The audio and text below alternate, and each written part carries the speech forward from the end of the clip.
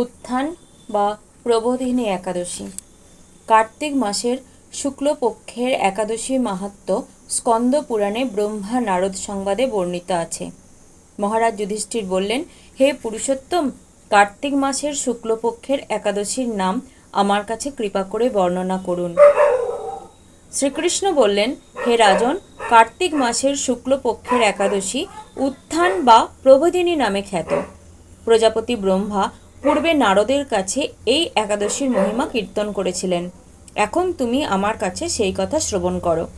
দেবর্ষি নারদ প্রজাপতি ব্রহ্মাকে বললেন, হে মহাত্মা, যে একাদশীতে ভগবান শ্রী গোবিন্দ শয়ন থেকে জেগে ওঠেন, সেই প্রবোধিনী বা উত্থান একাদশীর মহিমা আমার কাছে সবিস্তারে কীর্তন করুন।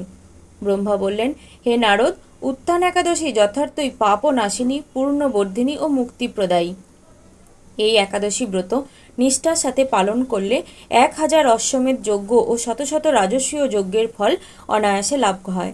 জগতের দুর্লভ বস্তুর প্রাপ্তির কথা আর কি বলবো। এই একাদশী ভক্তিপরায়ণ ব্যক্তিকে ঐশ্বর্য, প্রজ্ঞা, রাজ্য ও সুখ প্রদান করে। এই ব্রতের প্রভাবে পর্বত প্রমাণ পাপরাশি বিনষ্ট হয়ে যায়। যারা একাদশীতে রাত্রি জাগরণ করেন, তাদের সমস্ত পাপ ভস্মীভূত হয়। শ্রেষ্ঠ মুনিগণ তপস্যার দ্বারা যে ফল করেন, এই ব্রতের উপবাসে তা পাওয়া যায়। যথাযথভাবে এই ব্রত পালন করলে আশাতীত ফল লাভ হয়, কিন্তু অবিধিতে উপবাস করলে স্বল্পমাত্র ফলপ্রাপ্তি হয়। যারা এই একাদশী ধ্যান করেন, তাদের পূর্বপুরুষেরা স্বর্গে আনন্দে বাস করেন। এই একাদশী উপবাস করলে ব্রহ্মহত্যাজনিত ভয়ঙ্কর নরক যন্ত্রণা থেকে নিস্তার পেয়ে বৈকুণ্ঠ গতি লাভ হয়। অশ্বমেধ যজ্ঞ দ্বারাও যে সহজে লাভ হয় না, তীর্থে স্বর্ণ প্রভৃতি দান করলেও যে পূর্ণ অর্জিত হয়, এই উপবাসে রাত্রি জাগরণে সেই সকল অনায়াসে লাভ হয়ে যায়। যিনি সঠিকভাবে উত্থান একাদশী ব্রত অনুষ্ঠান করেন, তার গৃহে ত্রিভুবনের সমস্ত তীর্থ এসে উপস্থিত হয়। হে নারদ, বিষ্ণুর প্রিয়তমা এই প্রবোধিনী একাদশীর উপবাস করলে সর্বশাস্ত্রে জ্ঞান ও তপস্যায় সিদ্ধি লাভ করে চরমে মুক্তি লাভ হয়। যিনি সমস্ত লৌকিক ধর্ম পরিত্যাগ করে ভক্তি ভরে এই ব্রত উপবাস করেন, তাকে আর পুনর্জন্ম গ্রহণ করতে হয় না। এমনকি মন ও বাক্য দ্বারা অর্জিত পাপরাশিও শ্রী গোবিন্দের অর্চনে বিনষ্ট হয়ে যায়। হে বৎস, এই ব্রতে শ্রদ্ধা সহকারে শ্রী জনার্দনের উদ্দেশ্যে স্নান, দান, জপ, কীর্তন ও হোমাদি করলে অক্ষয় ফল লাভ হয়। যারা উপবাস দিনে শ্রীহরির প্রতি ভক্তিভাবে দিন যাপন করেন, তাদের পক্ষে জগতে দুর্লভ বলে আর কিছু নেই। চন্দ্র সূর্য গ্রহণে স্নান করলে যে পুণ্য হয়, এই উপবাসে রাত্রি জাগরণে তার সহস্র গুণ স্বীকৃতি লাভ হয়। তীর্থে স্নান, দান, জপ, হোম, ধ্যান আদির ফলে যে পুণ্য সঞ্চিত হয়, উত্থান একাদশী না করলে সে সমস্ত নিষ্ফল হয়ে যায়। হে নারদ, শ্রী হরিবাসরে শ্রী জনার্দনের পূজা বিশেষ ভক্তি সহকারে করবে, তা না হলে শত জন্মার্জিত পুণ্যও বিফল হয়। হে বৎস, যিনি কার্তিক মাসে সর্বদা ভগবৎ শাস্ত্রাদি অধ্যয়ন করেন, তিনি সর্বপাপ মুক্ত হয়ে সমস্ত যজ্ঞের ফল লাভ করেন। ভগবান হরিভক্তিমূলক শাস্ত্র পাঠে অত্যন্ত সন্তুষ্ট হন, কিন্তু দান, জপ, যজ্ঞাদি দ্বারা তেমন প্রীত হন না।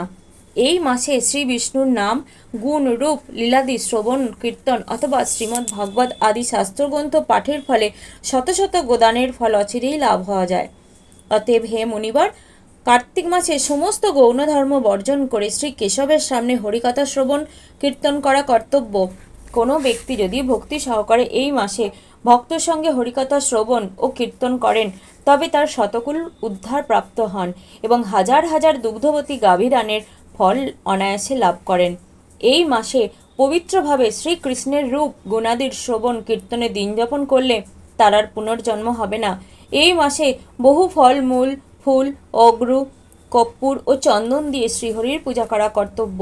সমস্ত তীর্থ ভ্রমণ করলে যে পুণ্য সঞ্চয় হয়, উত্থান একাদশীতে শ্রীকৃষ্ণ পাদপদ্মে অর্ঘ্য প্রদানে তার কোটিগুণ স্বীকৃতি অর্জিত হয়।